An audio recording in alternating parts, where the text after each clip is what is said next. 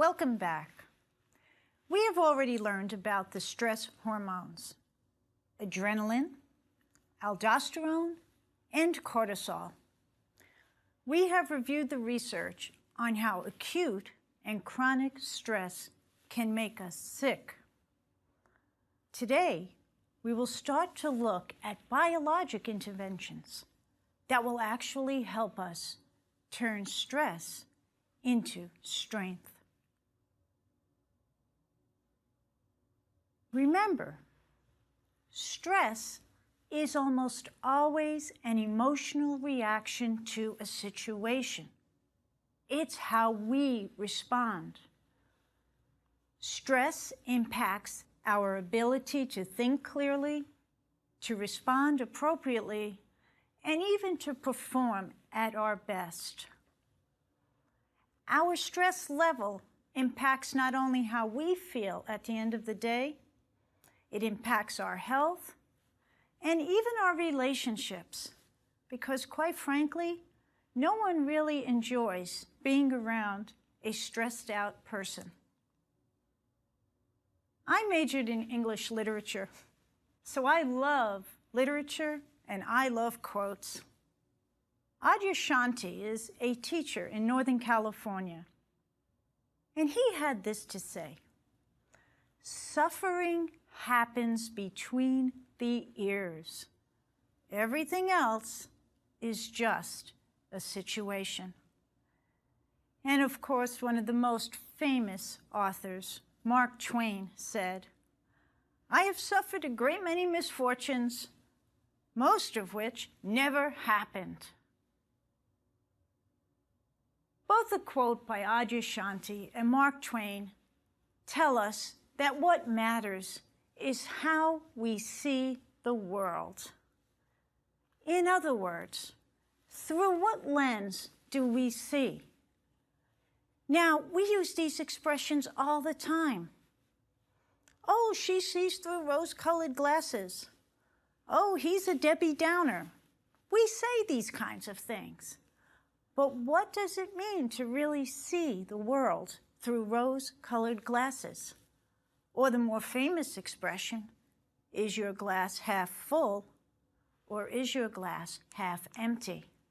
So the way I teach it to my patients is like this. I tell my patients that frequently you can't control the world around you. As a matter of fact, if you walk into my office, the first thing you see is the Serenity Prayer. And for those of you who are not familiar with it, basically what it says is, "God, give me the strength to know what things I can change and what things I can't, and the wisdom to know the difference." Frequently, there are things we can't change. We can't control everything. We can't control our kids' every move, our spouse's every move, our boss. Although we would like to, chances are we can't. So it's the initiating events that happen that we can't control. But what can we control? We can control our perception. Through what lens do we see those events? Let me give you a little vignette, a little example. Imagine a dad rushing off to work and has to drop his kid off to school. They get in the car, dad is driving, and all of a sudden the train has to go by, so the arm goes down and the car can't move.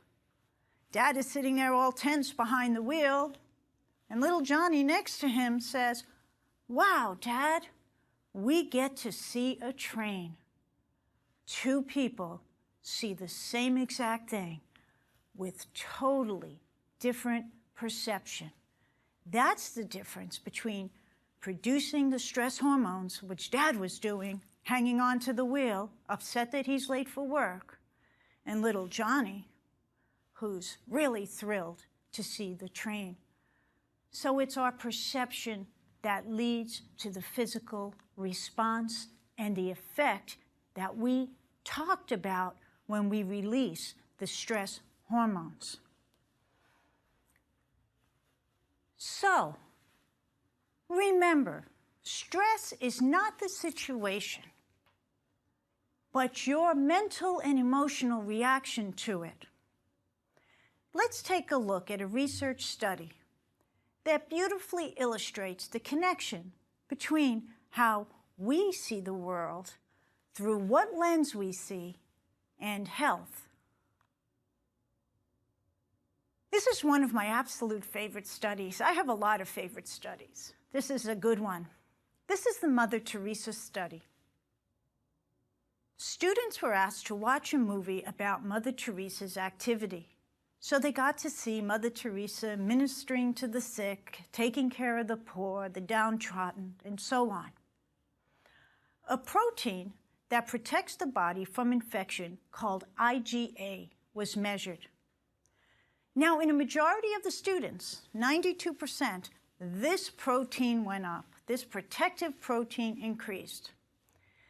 But in about 8% of the students, their immune system was affected in the negative. Their IgA level went down after watching the movie about Mother Teresa. Well, the researchers didn't stop there. The students were then asked to write a story about a photo of a couple on a park bench. And all they got to see was the backs of the couple, man and a woman, sitting on a park bench. They were asked to make up a story. I do this with my patients all the time. So the students came up with stories like this. He's proposing. They're getting married. They're going to have a baby. That was some of the students. But that other 8% whose immune system went down when they watched the Mother Teresa movie had these kinds of stories. She distrusts him. He's manipulating her. They're abandoning each other. These were the same students who had a reduction in their IgA while watching Mother Teresa.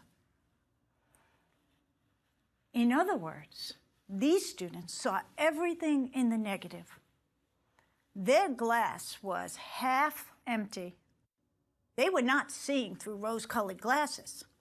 In fact, when they were questioned, they really disliked Mother Teresa. They wanted nothing to do with taking care of the sick and poor in India.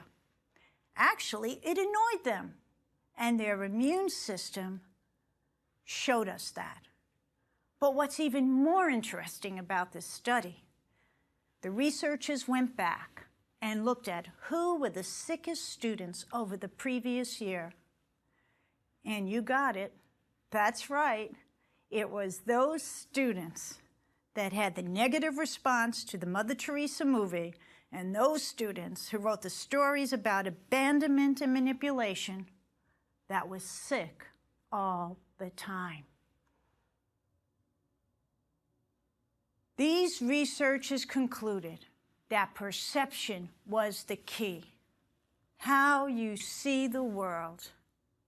Now, one of the things I tell my patients is this: can you change your environment? Get rid of your spouse, get rid of your kids, get rid of your boss, get rid of your job, go and put yourself on a deserted island? Chances are none of us can do that. But what can we do? We can change how we react and perceive our environment. Charles Darwin had this to say. Darwin said, "It's not the strongest of the species that survives, nor the most intelligent, but it is actually the one that is most responsive to change." So how do we change? For those of you who are thinking, I see everything negative, don't give up. We all can change. So we need to learn a couple of simple techniques. How do we learn how to respond to stress differently in a way that actually negates the effect of the stress hormones? In a moment, I'll give you a simple technique that will help you do just that. But first, I need you to do a little exercise. And you might want to get a paper and pen for this if you can. If you can't, you can do the exercise later. But I would like if you would take a piece of paper and divide the paper into four quadrants. On the left-hand side of the sheet, I want you to write stress zone. On the right-hand side, I want you to write stress-free zone. Now take a look at your x-axis. The x-axis on the left, I want you to label negative emotions. And on the right, I want you to label that side positive emotions. Now let's take the y-axis. Up on the north position, I want you to write adrenaline, sympathetic nervous system, stimulating nervous system, ready to go. That's your adrenaline emotion. On the bottom of the y-axis, I want you to write relaxation, low energy, low arousal. So you got it? Negative is on the left, positive is on the right. So now I want you to start to think about the kind of emotions you feel throughout the day. Every one of us lives in these four quadrants. I want you to begin to think about when you are on the left and when you are on the right. And we're going to take a look at how this works. Now, I know I want to live on the right all the time because that's where all the positive emotions are sitting. But there's a good chance that I don't spend all my time there, but I can work on it. And that's what this is about. So let's take the paper and go up to the upper left quadrant. Remember now, these are negative emotions because we're on the left and they're high energy. So think about, what are some high energy negative emotions? And they may be emotions that you have felt, maybe even in the last 24 hours, or emotions you felt sometime in your life. And if you haven't felt any, well, that's good, but put a few down anyway. So high energy negative emotions. Well, the first one I think of is hate. That's a high energy negative emotion. The second one I think about is fear. And I will tell you, fear is the opposite of love. Envy, anger, and frustration. These are just a few examples of high energy negative emotions. And remember, I talked about anger in the previous lecture and said anger increases the risk of a heart attack 230%. There's another personality type that I have to mention here that keeps company with anger, and that's hostility. And the hostile personality type also increases the risk of cardiac events. So we have our upper left quadrant. Let's go to the lower left quadrant. Now we're in our low energy zone. This is our relaxation zone. But because we're on the left, we're looking for low energy negative emotions. What might some of these be?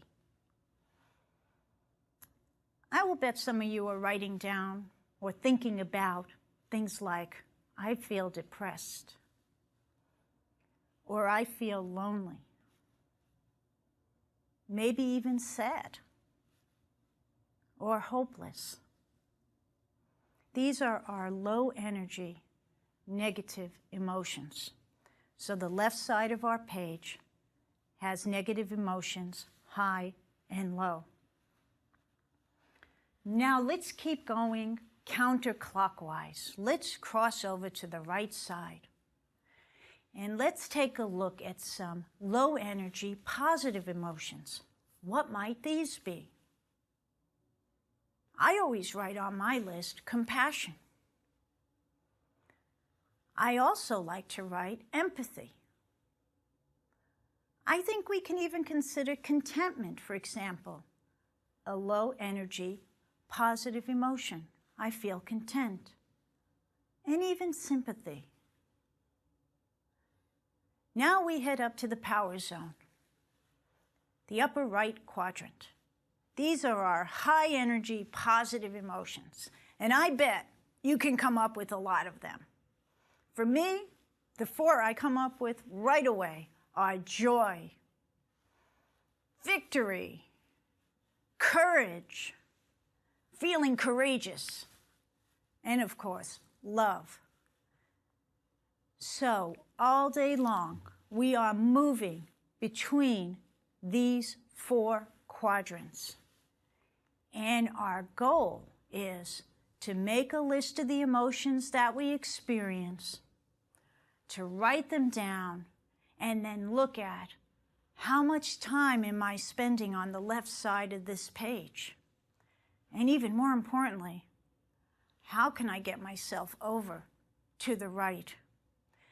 Now, I don't expect you to go from feeling hate for someone to feeling love for someone in 10 seconds. If you can do that, that's great.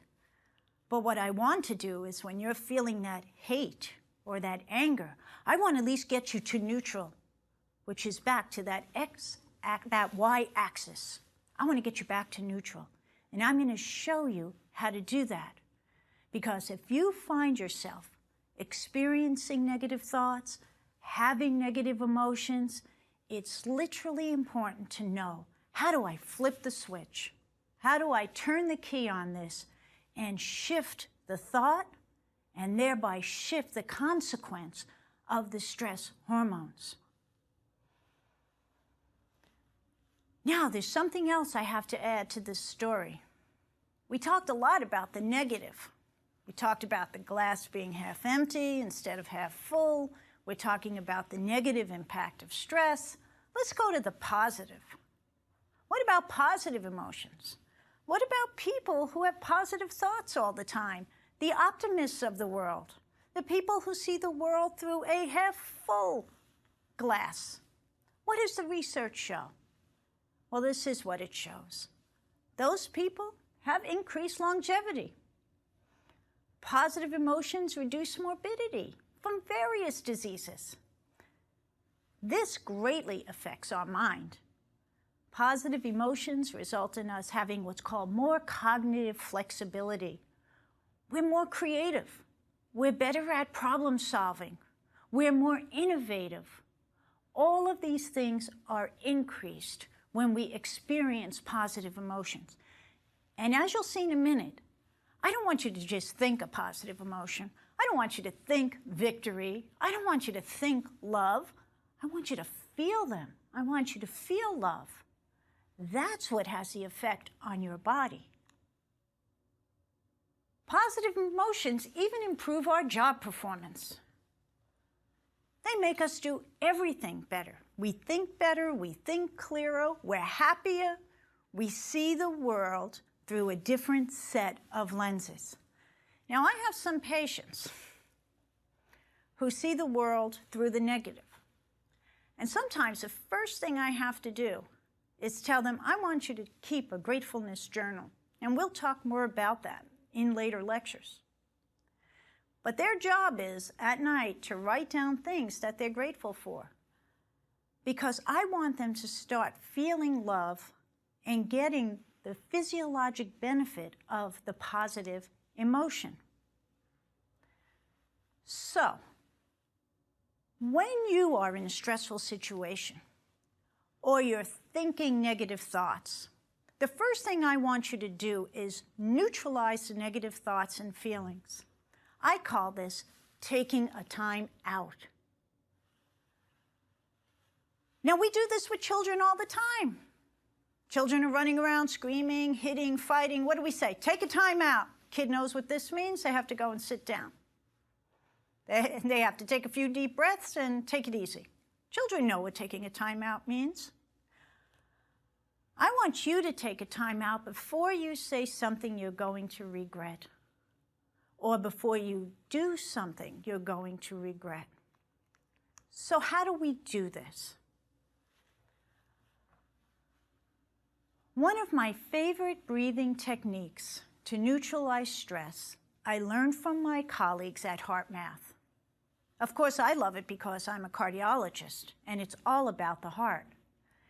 It's called the heart-focused breath, or heart-focused breathing. How does it work? Breathing controls our autonomic nervous system. When we take a big breath in, our heart rate goes up. When we exhale, our heart rate goes down. But if we breathe in a cyclic, rhythmical way, it stabilizes our autonomic nervous system. It takes our foot off the gas. Now let's practice this for a minute. And this will be a little bit of an experience for some people. And if you're driving the car, this may not be a good time to practice this because it will relax you. So you may want to come back to this later on. So the first thing you do is you take that time out. Sometimes we have to remove ourselves from the stressful situation. Sometimes we literally, physically have to leave the room. I'm about to say something I'm going to regret. I'm going to do something really stupid. I'm going to kick the wall. Whatever it is, we have to neutralize that emotion. So the first thing I want you to do is to take a breath. Most of us breathe from the upper third of our lungs. I want you to take a breath that in yoga is called a yogic breath. I want you to take a breath for 5 seconds in and 5 seconds out. I just want you to experience that before we go to the first step. 5 seconds in and 5 seconds out. I bet your body's already starting to relax. So now you've taken your time out.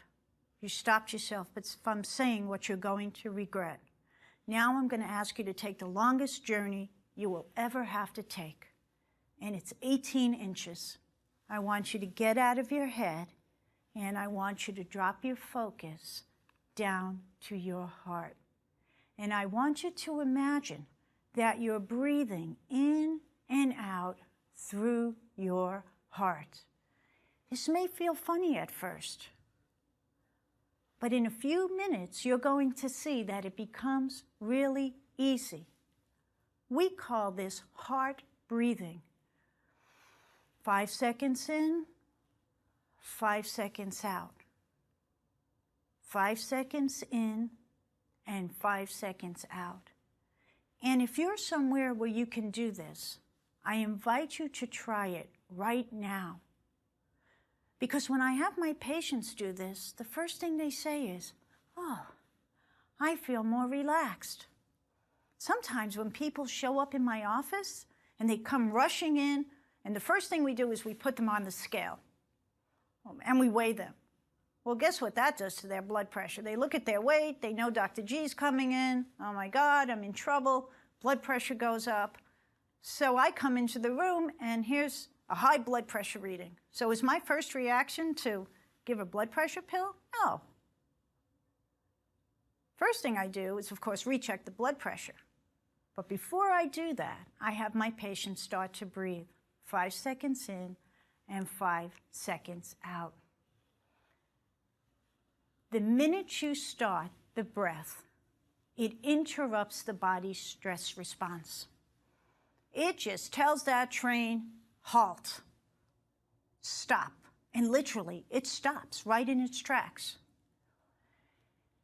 If you're having trouble doing this for the first time, you may want to use a little trick that we teach, which is to actually place your hand over your heart. Place your right hand over your heart. And if it's comfortable, place your left hand over your right hand. And begin to breathe in and out. You may also find that closing your eyes at first will make this easier. So try it again. 5 seconds in and 5 seconds out. with practice, you will be able to do this with your eyes open or your eyes closed. Either way. But guess what? If you're walking into a board meeting or you're feeling stressed out about meeting with your boss, you now know how, even with your eyes wide open, to control your autonomic nervous system simply by using your breath.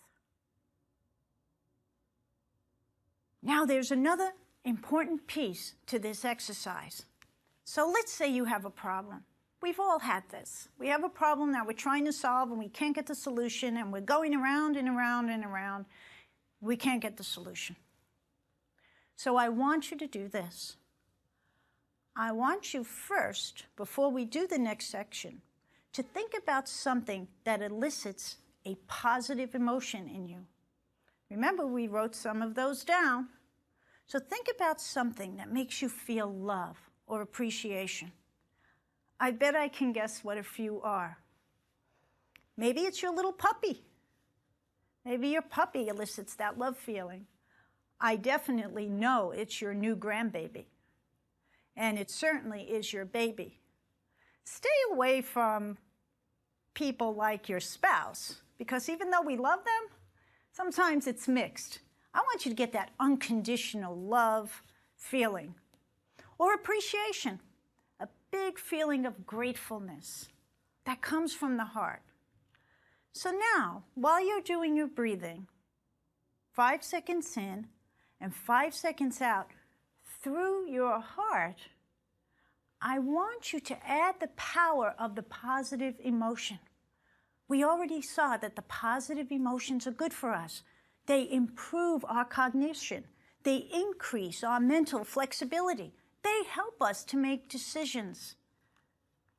One of the easiest ways to do this step is to remember a special place, someone you love or appreciate. And I said to myself when I first did this, I'm going to put my nephew there, my niece there, and my little poodle there. All of these, for me, elicit the love emotion. Now remember, I don't want you to just think the emotion. I don't want you to think love. I want you to feel love. So let's review the steps. Step number 1 is the heart-focused breath. We bring our focus down to our heart. We've already taken our time out, right? Removing myself from the situation, dropping my focus down to my heart, and then number 2, I'm going to start my breathing. 5 seconds in, 5 seconds out.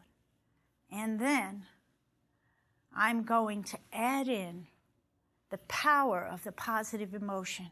I'm going to think about my baby, my grandbaby, my puppy, whatever it is that elicits a love or appreciation reaction. And then what I want you to do is I want you to hold that feeling of appreciation or love for about 20 seconds. I want you to hold that exact feeling. See that grandbaby in your arms. Then I want you to radiate that love to yourself and to all those around you. And I can tell you at the end of the day, this is how we're going to change the world. Remember, don't just think positive. Be positive. Feel positive. And when you catch your mind wandering away, can't keep the focus, don't be upset. Just focus back on the breathing. Always bring yourself back to the breath. So when the grocery list gets in the way, focus on the breathing. 5 seconds in, 5 seconds out. Reconnect with the feelings of caring, love, and appreciation. And if you have a problem that you haven't been able to solve or solve with your mind, now I want you to ask your heart. give me a better solution to this situation. And I guarantee it, your heart is going to speak. So, I promise you, if you practice this technique, you are going to stop saying things that you regret. You are no longer going to be the angry person, the person that people like to stand clear of. Not only that, you're going to neutralize the negative impact of stress on your body, and you will get all the benefits of the positive emotions. So, today we reviewed our emotional landscape. We discussed the power of positive emotions, and we learned a powerful technique to neutralize stress. And remember the power of your own breath, because your breath has the power to heal.